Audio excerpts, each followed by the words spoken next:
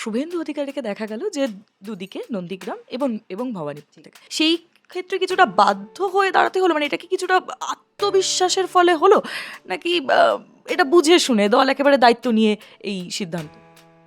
শুভেন্দুদা বরাবরই বলেছেন যে ভবানীপুরে মমতা ব্যানার্জিকে হারাবো। তো দল মনে করেছে যে শুভেন্দুদাই সেই যোগ্য প্রার্থী, কারণ কোথাও একটা মমতা ব্যানার্জি বা তৃণমূলের তো শুভেন্দু অধিকারীর নামে ভয় আছে।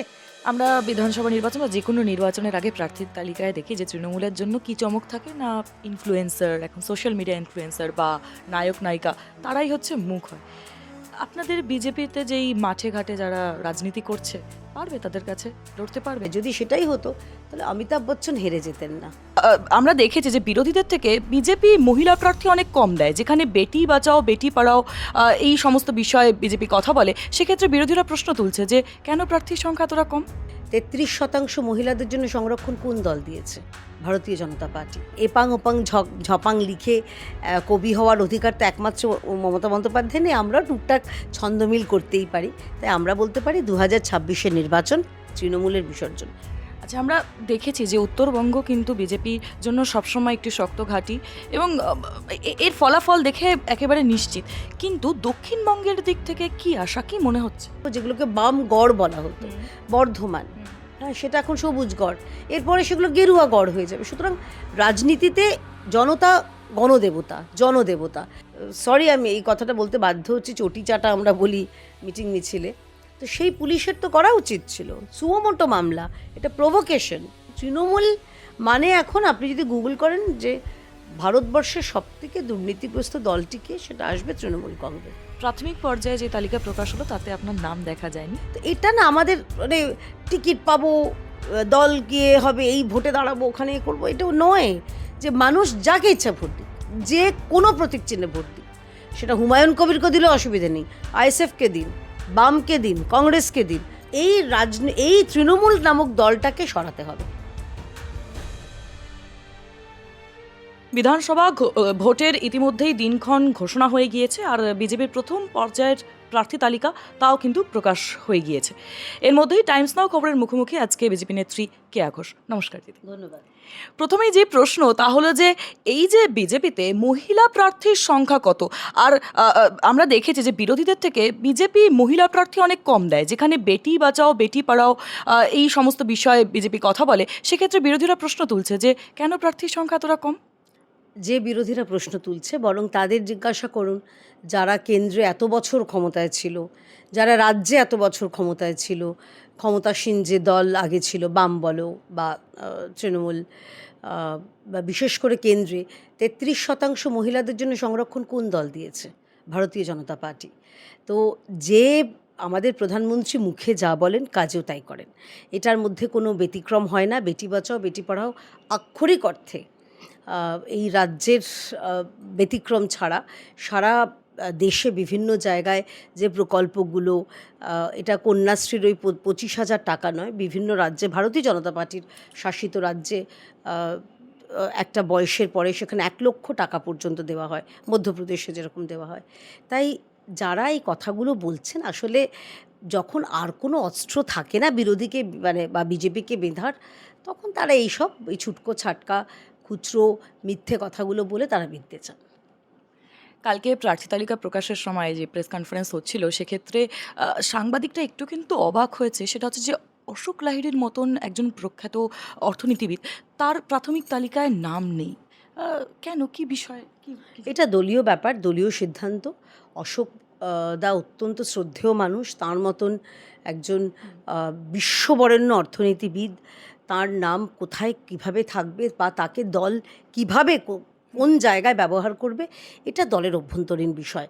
এই বিষয়ে আমি না মিডিয়ার সামনে কোনো মন্তব্য করব, না অশোকদা নিজে কোনো মন্তব্য করবেন। আমরা আমাদের দলের একটা অনুশাসন আছে, দল যেখানে যাকে যেভাবে কাজে লাগাবে, দলের অনুগত সৈনিক হিসেবে আমরা সবাই সেটা করে থাকি এবং ভবিষ্যতেও করব। কি মনে হচ্ছে যে কটা আসন পেতে পারে এবার বিজেপি? দেখুন, আমি তো ওই তৃণমূলের যারা সব বলেন মহারাজ যুবরাজ কী সব আছে জানি না, গ্রহরাজ, আমি জানি না, যারা তো এত এত মন্তব্য করেন, আমি তো আর টিয়া পাখি নিয়ে রাস্তায় বসে নেই যে আমি ভবিষ্যৎ দ্রষ্টা। কিন্তু এটুকু বলতে পারি, 2026-এ তৃণমূলের বিসর্জন হবে, এটা দেওয়াল লিখন হয়ে গেছে। এটুকু বলতে পারি যে 2026 তৃণমূল ফিনিশ। কারণ এপাং ওপাং ঝপাং লিখে কবি হওয়ার অধিকার তো একমাত্র মমতা বন্দ্যোপাধ্যায় নেই, আমরা টুকটাক ছন্দমিল করতেই পারি। তাই আমরা বলতে পারি 2026-এ নির্বাচন, তৃণমূলের বিসর্জন। এটা আমরা না, রাস্তার মানুষজন সবাই বলছে, সাধারণ মানুষ তারা বলছেন যে এই চোরের দলটাকে আপনারা সরান, অপসারিত করুন। কারণ এই দল পশ্চিমবঙ্গে থাকলে, যারা নিজেদের বাংলা বাঙালি নিয়ে এত কথা বলে, তারা পশ্চিমবঙ্গের জন্য আদৌ কতটা ভালো করেছে বা ভবিষ্যতে করবে। কারণ দেখুন, ওই বলে না, হাঁড়িতে একটা যদি চাল টিপে দেখা হয় তাতেই পুরো ভাতটা বোঝা যায়। 15 বছরে যারা কিচ্ছু করেনি রাজ্যের জন্য, আপনার মনে হয় তারা আবার প্রতিশ্রুতি দিলে সেই প্রতিশ্রুতি মানুষ বিশ্বাস করবেন? তো তৃণমূল যাবে, এটা নিশ্চিত। আচ্ছা, আমরা দেখেছি যে উত্তরবঙ্গ কিন্তু বিজেপির জন্য সবসময় একটি শক্ত ঘাঁটি এবং এর ফলাফল দেখে একেবারে নিশ্চিত। কিন্তু দক্ষিণবঙ্গের দিক থেকে কি আশা, কি মনে হচ্ছে? দেখুন, ঠিকই বলেছেন, উত্তরবঙ্গ আমাদের অত্যন্ত শক্ত ঘাঁটি, দুর্ভেদ্য ঘাঁটি। জঙ্গলমহলও আমাদের খুব ভালো ফলাফল। তুলনামূলকভাবে আমরা দক্ষিণবঙ্গে পিছিয়ে আছি, এটা অস্বীকার করার জায়গা নেই। কিন্তু পিছিয়ে ছিলাম বলে 2026-এ সেই চিত্রটাই থাকবে সেটা নয়। কারণ রাজনীতি একটা পরিবর্তনশীল। রাজনীতিতে সবসময় কেউ বলতেই পারে না যে এই অমুক জায়গাটা আমার। আগে যেই জায়গাগুলোকে চিন্তা করে দেখো, যেগুলোকে বাম গড় বলা হতো, বর্ধমান, হ্যাঁ, সেটা এখন সবুজ গড়, এরপরে সেগুলো গেরুয়া গড় হয়ে যাবে। সুতরাং রাজনীতিতে জনতা গণদেবতা, জনদেবতা। তো তারা যদি মনে করেন যে না, আমরা এদেরকে সরাবো, এদেরকে সরিয়ে অমুক ককে সরিয়ে খকে এনেছে, খকে সরিয়ে এবার বকে আনবে, অর্থাৎ ভারতীয় জনতা পার্টিকে আনবে। সুতরাং ডেফিনেটলি আমাদের সেখানে দুর্বলতা ছিল, যে কোনো কারণে তৃণমূলের হতে পারে। সেখানে তৃণমূলের ধমকানো, চমকানো, শাসানো অনেক বেশি। আমি নিজে বিধানসভায় উপনির্বাচনে লড়ে আমি দেখেছি কিভাবে তৃণমূলের গুন্ডা বাহিনী তারা সাধারণ মানুষের বাড়িতে ঢুকে ঢুকে তাদের শাসায়। সুতরাং কিন্তু একটা জিনিস জানো তো, যে দীর্ঘ সময় ধরে কাউকে তুমি আটকে রাখতে পারবে না। তুমি যদি কাউকে দেওয়ালে কোণঠাসা করে দাও, করতে করতে করতে সেই মানুষটাই তোমাকে ফাইট ব্যাক করবে। তো এবার সাধারণ মানুষ ফাইট ব্যাক করছে। এই নির্বাচন হচ্ছে মানুষের ভোটের নির্বাচন। মানুষ তারা নিজেদের মতন করে ভোট দেবে, সেই দাবি আমরা জানিয়েছি, আবেদনও জানিয়েছি নির্বাচন কমিশনের কাছে, যে মানুষ যাকে ইচ্ছা ভোট দিক, যে কোনো প্রতীক চিহ্নে ভোট দিক।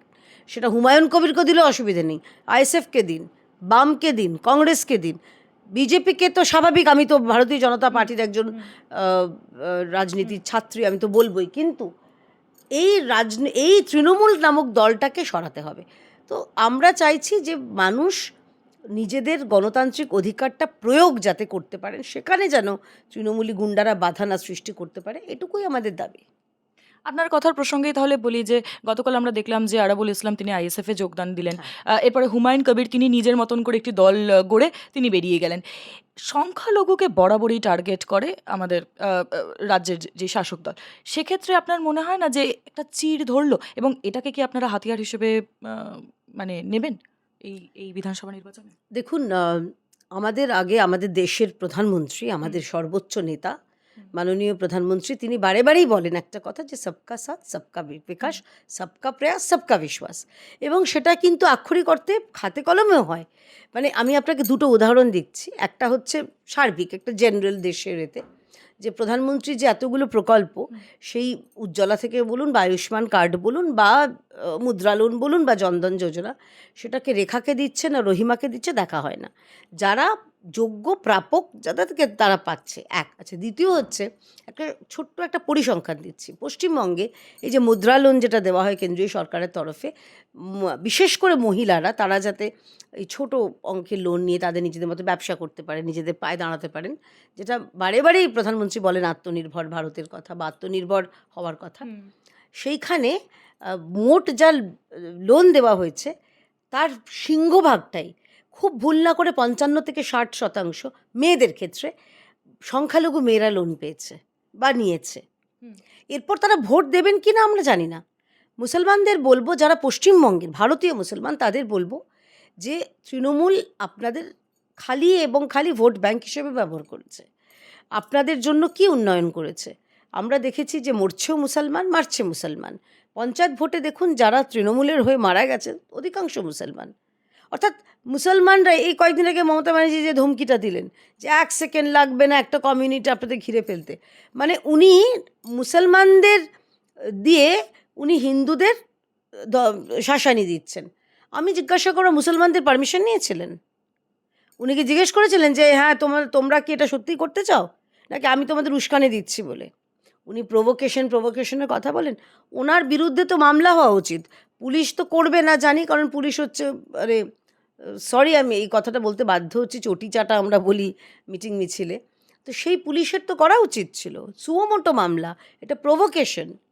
তো সেই জায়গায় দাঁড়িয়ে মুসলমানরা ভোট কতটা দেবেন আমি জানি না, কিন্তু মুসলমানরা বুঝতে পেরেছেন যে মমতা বন্দ্যোপাধ্যায় আদৌ তাদের জন্য কিছু করেননি। আপনি চিন্তা করে দেখুন, যেগুলো করেছেন, উনি বলেছিলেন তো ওয়াকফ, আমরা জানি ওয়াকফ আইন এটা বলবৎ হবে, দেশের আইন। তো উনি এখানে মানুষকে ভুল বুঝিয়েছিলেন ওয়াকফের সময়। বরং এটা উনি বলেন না যে ওনার যে কিছু নেতা আছে তাদেরই নাকি অভিযোগ শুনতে পাওয়া যায়, তারাই নাকি সবথেকে বেশি সংখ্যক বিপুল পরিমাণের ওয়াকফ সম্পত্তি করায়ত্ত করেছেন। কারণ মমতা ব্যানার্জি সেটা জানেন ভালো করে, তাই উনি বলবৎ সেটাকে করবেন না, সেটা সামনে আনবেন না। তো এই রাজ্যের মুসলমানরা এবার তাদের ভাবনা চিন্তার ব্যাপার, তারা কাকে ভোট দেবেন তাদের ব্যাপার। কিন্তু তৃণমূল নামক দলটালে আবার আপনারা ভোট ব্যাঙ্কই হয়ে থাকবেন। ওই রান্নার সময় তেজপাতা যেরকম দেওয়ার পরে রান্নার পরে তুলে দিতে হয়, সেরকম আপনাদেরও তাই একই জিনিস হবে। তৃণমূলের কি মাইনাস পয়েন্ট আপনি দেখতে পাচ্ছেন, বা এই মুহূর্তে দাঁড়িয়ে সেগুলোকে হাতিয়ার হিসেবে কি করে ব্যবহার করবে বিজেপি, কি মনে হয়? তৃণমূলের প্লাস পয়েন্টটা আমার বরং বলা খুব সহজ হবে, কারণ থাকলেও দু একটা আছে। আর মাইনাসই তো মাইনাস। একটা রাজনৈতিক দল, যে দল আগাগোড়া মিথ্যে কথা বলে, যে দল নিজেকে মা মাটি মানুষের দল বলে মানুষের পাশে দাঁড়ায়নি, মায়ের পাশে দাঁড়ায়নি, মাটি কবজা করেছে। তো এই দলটা, মানে যে দলের মানে ক্ষমতায় এসেছে ভুয়ো প্রতিশ্রুতি দিয়ে। আমি পশ্চিমবঙ্গকে পরিবর্তন আর কোথায় পরিবর্তন হয়েছে আমাকে বলুন? পশ্চিমবঙ্গে কোনো নতুন শিল্প এসছে? আসেনি। পশ্চিমবঙ্গে এখানকার যারা যুব সম্প্রদায়ের ছেলেমেয়েরা, তাদের চাকরি হয়েছে? হয়নি। এই পশ্চিমবঙ্গে স্বাস্থ্য ব্যবস্থার উন্নতি হয়েছে? হয়নি। এই পশ্চিমবঙ্গে দুর্নীতি কমেছে? মানে এটা তো বোধহয় রাইট বলে বলতে হবে, বেড়েছে। ওই গ্রাফ যেরকম ওপরে যায় সেরকম বলতে হবে।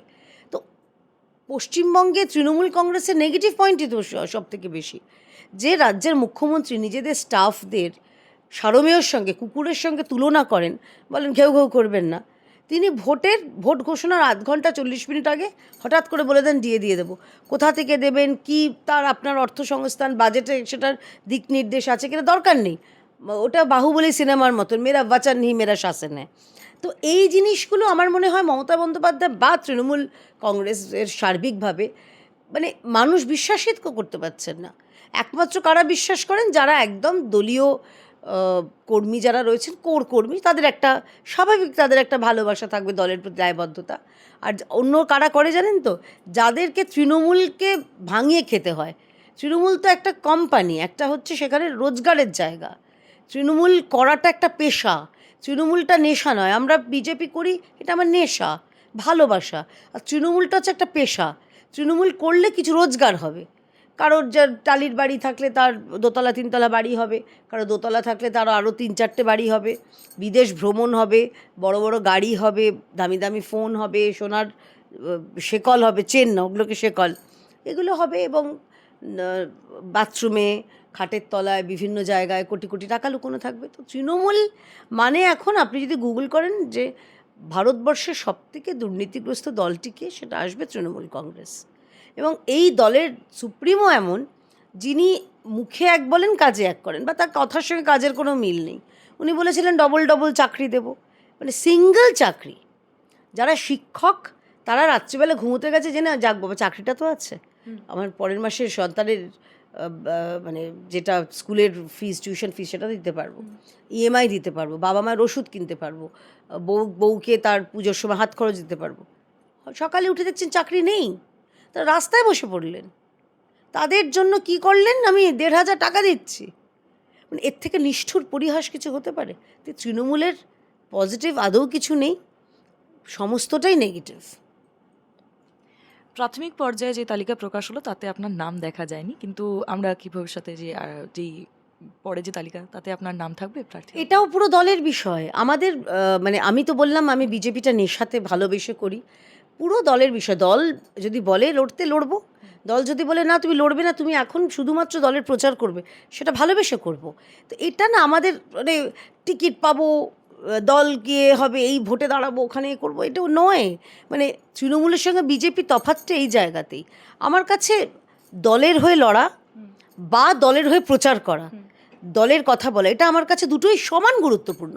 তো এটা আমার মনে হয় মানে যারা বিজেপি করে তাদের জন্য এটা মানে ফিলিংটা এক এক আর দ্বিতীয় কথা হচ্ছে প্রথম লিস্টে আমার বহু বন্ধু, মানে আমার সহকর্মীরা তারা দাঁড়িয়েছে, রুদ্রনীল, সজলদা, শঙ্কর, এরা মানে ঘোষ বলে বলছি না, কিন্তু আমার খুব এরা প্রচুর বন্ধু আছে, বিমানদা রয়েছেন, গৌরীদা রয়েছেন, আবার 5টা ঘোষ বললাম, যাই হোক তুমি আমাকে আমাকে ক্যাটেগরাইজ করো না। কিন্তু এরা মানে দাঁড়িয়েছে, প্রচুর নতুন ছেলে মেয়ে, মানে 40 বছর নিচে যারা তরুণ তারা দাঁড়িয়েছে, খুব ভালো লাগছে। আউশ গ্রামের আমাদের যে প্রার্থী কলিতাদি, তার সঙ্গে এই আমাদের এই পরিবর্তন যাত্রায় দেখা হলো। ভারী সহজ সরল একটি মেয়ে, একদম মানে সাধারণ মেয়ে, চন্দনা বাউরি, এই মোদিজির ব্রিগেডে দেখা হলো। মানে কিছু মানুষ আছে না, দেখলে তৎক্ষণাৎ ভালো লাগে। তো আমি খুব খুশি হয়েছি, মানে আমাদের প্রথম তালিকাতে এত ভালো ভালো নাম, এত চেনা পরিচিত মুখ, এবং আমার মনে হয় যে উত্তরবঙ্গ তো বটেই, বাকি যেগুলোতেও আমাদের প্রার্থী যারা হয়েছেন তারা প্রত্যেকেই জয়ী হয়ে আসবেন। আপনার কথার প্রসঙ্গেই তাহলে বলি যে বিজেপির প্রার্থী তালিকায় চন্দনা বাউরির নাম আপনি বললেন, তিনি দাঁড়িয়েছেন হচ্ছে শালতোড়া থেকে। হ্যাঁ, হ্যাঁ, সিটিং এমএলএ। হ্যাঁ, গতবার তিনি জিতেছিলেন এবং তখন কিন্তু তার বিষয় কিছু বিতর্ক তেমন হয়নি, কিন্তু এইবারে কিছু বিতর্ক এমন জড়িয়েছে, সেক্ষেত্রে মনে হয় যে বিরোধীরা এটাকে হাতিয়ার করতে পারে, বা সেক্ষেত্রে মানে কি ফল হতে পারে, কি মনে হচ্ছে? বিতর্ক কিসের বিতর্ক? তার ব্যক্তিগত জীবনে কিছু মানুষ নোংরা কুৎসা করার চেষ্টা করেছিল, মানে এটা কতখানি দুঃখজনক আমি নিজে জানি। তুমি নিজে মেয়ে, তোমার যিনি ক্যামেরা করছেন তিনিও মেয়ে। তো একটা মেয়ে হিসেবে যখন মেয়েদের চরিত্রের উপর আঘাত আনা হয়, মানে সেটা আরও কষ্টের। এবং সব থেকে বেশি হচ্ছে একজন যদি করে মেয়ে করে। আমার একটা এআই ছবি একটা করেছিল আমার রেখা পাত্রর কে নিয়ে, তরুণ জ্যোতিকে নিয়ে। তো এটা না মানে আমরা তো শহরে আছি, মানুষকে বোঝানোর সুবিধা হয়। যেটা গ্রামগঞ্জে রেখা বলেছিল যে ওর শ্বশুরমশাই তাকে প্রশ্ন করছে যে এগুলো কী জিনিস। তো মেয়েদের চরিত্র হনন করাটা জলভাত এদের কাছে, এই নোংরা রাজনৈতিক কোম্পানিটার কাছে। কিন্তু আমার বক্তব্য হচ্ছে এছাড়া চন্দনাদির বিরুদ্ধে কী অভিযোগ? না সে তার বাড়িতে কোটি কোটি টাকা তার খাটের তলায় আছে, না তার লোককে চাকরি দেবে বলে টাকা মেরেছে, তার সাধারণ সহজ সরল গ্রামের মেয়ে একটা। মাঝখানে যখন কোভিডের সময় বা এই কয়েকদিন আগেও আমি দেখেছিলাম রাস্তা তৈরি করছে না, সে নিজে মাথায় ইট বালি চুন সুরকি নিয়ে রাস্তা তৈরি করে দিচ্ছে। তো এরকম একটি মানে আমাদের প্রার্থী, তাকে ভালো না বেশে পারা যায় বলো? আর মানে মেয়েটা খুব সহজ, খুব মানে মিষ্টি একটা মেয়ে আর কি। তো আমি তো মানে নিশ্চিত যে চন্দনা আবারও জিতবে, মানে মানে আরও বেশি ব্যবধানেও জিতবে। কিন্তু শুভেন্দু অধিকারীকে দেখা গেল যে দুদিকে নন্দীগ্রাম এবং এবং ভবানীপুর থেকে, নন্দীগ্রামে তিনি আগেও জয়ী হয়েছেন, কিন্তু কোথাও কি এই যে ভবানীপুর তিনি বরাবর বলে এসেছেন যে ভবানীপুর থেকে আমি দাঁড়াতে পারি, ভবানীপুর থেকে, সেই ক্ষেত্রে কিছুটা বাধ্য হয়ে দাঁড়াতে হলো, মানে এটা কি কিছুটা আত্মবিশ্বাসের ফলে হলো, নাকি এটা বুঝে শুনে দল একেবারে দায়িত্ব নিয়ে এই সিদ্ধান্ত? মমতা বন্দ্যোপাধ্যায় নন্দীগ্রামে যখন 2021-এ দাঁড়িয়েছিলেন, তখন তাকে যেই ব্যক্তি হারিয়েছিলেন তার নাম শুভেন্দু অধিকারী। 1956 ভোটে হারিয়েছিলেন। এরপর শুভেন্দুদা বারে বারে বলে গেছেন যে যেখানে মমতা ব্যানার্জি দাঁড়াবেন। পরবর্তীকালে উনি উপনির্বাচনে জয়ী হয়ে, জয়ী মানে কীভাবে জয়ী আমরা জানি। ভবানীপুরে 47,000 ভোটারের নাম ইতিমধ্যেই বাদ গেছে, বাকি অ্যাডজুডিকেশনে আছে। তো এখন তো বোঝাই যাচ্ছে দুধ কা দুধ পানি কা পানি। যাই হোক, তো শুভেন্দুদা বরাবরই বলেছেন যে ভবানীপুরে মমতা ব্যানার্জিকে হারাবো। তো দল মনে করেছে যে শুভেন্দুদাই সেই যোগ্য প্রার্থী। কারণ কোথাও একটা মমতা ব্যানার্জি বা তৃণমূলের তো শুভেন্দু অধিকারীর নামে ভয় আছে। কারণ যখনই শুভেন্দু অধিকারী নামটা বলা হয়েছে, তখনই তারা কিন্তু তাদের অনেক অজুহাত, অনেক মিথ্যে কথা অনেক বলেছিল। মানে মিথ্যে কিছু হুম, অভিযোগ হুম। দিয়েছিল। তো তারা কোর্টে যায়নি কেন? এত কথায় কোর্টে যায়, ডিএ দেবে না বলে কোর্টে যায়, এই বেলায় কোর্টে যায়, ওই বেলায় কোর্টে যায়, আলাপন ব্যানার্জির বেলায় কোর্টে যায়, রাজীব কুমারের বেলায় কোর্টে যায়। তো এই বেলায় যায়নি কেন? বা সেই গেলে সেই কেসটা ফলো আপ হয়নি কেন? আসলে মমতা ব্যানার্জি জানেন তিনি হেরে গেছেন ২০২১-এ, এবং ২০২৬-ও তারই রিপিট টেলিকাস্ট হতে চলেছে। তৃণমূলের প্রার্থী তালিকা দেখলে বোঝাই যাবে যে মমতা ব্যানার্জি আদৌ তিনি ভয় পেয়েছেন। ভয় পেয়ে অন্য কোনো আসনে পালিয়ে তো যাবেন না। আশা করছি তিনি পালাবেন না। আশা করছি তিনি লড়াইটা লড়বেন, এবং এবারে আগেরবারে হয়েছিলেন মানে একবার হেরে কম্পার্টমেন্টাল মুখ্যমন্ত্রী, এইবারে হেরে তিনি প্রাক্তন মুখ্যমন্ত্রী হবেন। আমরা বিধানসভা নির্বাচন বা যেকোনো নির্বাচনের আগে প্রার্থীর তালিকায় দেখি যে তৃণমূলের জন্য কি চমক থাকে না, ইনফ্লুয়েন্সার, এখন সোশ্যাল মিডিয়া ইনফ্লুয়েন্সার বা নায়ক নায়িকা, তারাই হচ্ছে মুখ হয়। আপনাদের বিজেপিতে যেই মাঠে ঘাটে যারা রাজনীতি করছে, পারবে তাদের কাছে লড়তে পারবে? কারণ মানুষ তো কিছুটা হলেও একটু ইনফ্লুয়েন্সার, একটু চমকপ্রদ জিনিস পছন্দ করে, যার কারণে আমরা দেখেছি যে দেবশ্রী রায় জিতে গিয়েছিলেন কান্তিদার এগেনস্টে, বা আমরা দেখেছি যে অধীর চৌধুরীর এগেনস্টে ইউসুফ পাঠান তিনি জিতে গিয়েছিলেন। পারবে সেই সেই মেঠো রাজনীতি জিততে? প্রতিটা হারের একটা ব্যাখ্যা থাকে। কান্তি বাবু ব্যক্তিগতভাবে তাঁর কাজকে আমি খুব শ্রদ্ধা করি। কিন্তু তিনি হেরেছিলেন সেই সময় বামেদের বিরুদ্ধে সামগ্রিকভাবে একটা মানে বিশাল অ্যান্টি ইনকামবেন্সি ছিল। বিশাল অ্যান্টি হাওয়া ছিল। তো কান্তিবাবু হেরে গেছিলেন। দেবশ্রী রায় জিতেছিলেন। ঠিক কি ভুল সেটা রায়দিঘির মানুষ সেটা বিচার করেছেন। পরবর্তীকালে দেবশ্রী রায়কে পার্টি সরিয়ে দিয়েছিল। হুম, যে কাজ না করে স্বাভাবিকভাবেই। হুম, এবং সেই সময় হুম। আ তারা কি বলবো মানে কিভাবে ওই দক্ষিণ ২৪ পরগনায় ভোট হয় সেটা তুমিও জানো, আমিও জানি। আচ্ছা, এবারে চলে আসি ইনফ্লুয়েন্সারের ব্যাপারে, বা আ যারা সোশ্যাল মিডিয়ায় বা চমকপ্রদ যারা শিল্পী থাকে। মানুষ না এমন কাউকে ভোট দিতে চায় হুম। যে কাছে থাকবে, যে পাশে থাকবে, যে কাজটা করবে। তো মানুষ সবসময় চায় যদি সেটাই হতো তাহলে অমিতাভ বচ্চন হেরে যেতেন না। অমিতাভ বচ্চনের মতো এরকম স্টলওয়ার্ট মানুষ তিনি এলাহাবাদে, এখন তো প্রয়াগরাজ, দাঁড়িয়ে হেরে যেতেন না। মানে অমিতাভ বচ্চন থেকে বড় সেলিব্রিটি ভারতবর্ষে বিনোদনের ক্ষেত্রে, ফিল্মের ক্ষেত্রে আর কেউ আছেন বলে আমার মনে হয় না। তো তিনি হেরে যেতেন না। তো এটা না সোশ্যাল মিডিয়া, ইনফ্লুয়েন্সার, চমক অনেক কিছু থাকে। তৃণমূলেরও তো বহু তারকা প্রার্থী তারা হেরে গেছে। আমাদের কাছে, আমাদের সাধারণ প্রার্থীর কাছে হেরে গেছে। বাঁকুড়াতে সায়ন্তিকা দাঁড়িয়েছিলেন ২০২১-এ। আমাদের নীলাদ্রি শেখর দানা খুব সাধারণ মানুষ। ছোট্ট তার দোকান আছে, জামা কাপড়ের দোকান। খুব একদম মাটির মানুষ। কী করে হারলেন? সায়ন্তিকা কী করে হারলেন? সুতরাং এইটা কখনোই বলা যায় না। মমতা ব্যানার্জি আসলে উনি এই ইনফ্লুয়েন্সার বলো বা যারা অভিনেতা অভিনেত্রী তাদেরকে বেশি করে দাঁড় করান, কারণ ওনার দলের মধ্যে যে বিশাল গোষ্ঠীকোন্দল হুম। সেটাকে খানিকটা প্রশমিত করার জন্য। কিছুটা উনি ইনসিকিউরিটিতে ভোগেন, হয়তো নিরাপত্তাহীনতায় ভোগেন, যে এই এই সিটটা গড়বড় আছে, বড় নামকে দাঁড় করিয়ে দিই যাতে পেরিয়ে যেতে পারি। সুতরাং তার দলের অঙ্ক তিনি কিভাবে করেন সেটা জানি না। কিন্তু ভারতীয় জনতা পার্টি আমাদের যা প্রার্থী, আমাদের দৃঢ় বিশ্বাস, আমাদের উচ্চ নেতৃত্ব অনেক চিন্তা ভাবনা করে এই প্রার্থী তালিকা তৈরি করেছেন, এবং এরা প্রত্যেকেই মাটির মানুষ, মানে মুখে মামাটি মানুষ না, আসলে মাটির মানুষ, কাছের মানুষ, কাজের মানুষ। তো মানুষ সেটাই দেখবেন। মানুষ খোঁজেন আমার নেতা বিশ্বাসযোগ্যতা যার থাকবে, তার বাড়িতে আমি গিয়ে আমার সার্টিফিকেট নিতে পারবো। এবার ধরুন কেউ যদি একটা ওই যারা হয়েছিলেন যাদবপুরে মিমি হয়েছিলেন, বসিরহাটে নুসরাত, তারা কোথায় কতবার গেছেন? দেব, তিনি কতবার সংসদে গেছেন? ওখানকার মানুষদের যে হয়ে যে প্রশ্নটা তুলবেন, মানুষ আপনাকে হয় বিধানসভা বা লোকসভায় কেন পাঠাবে?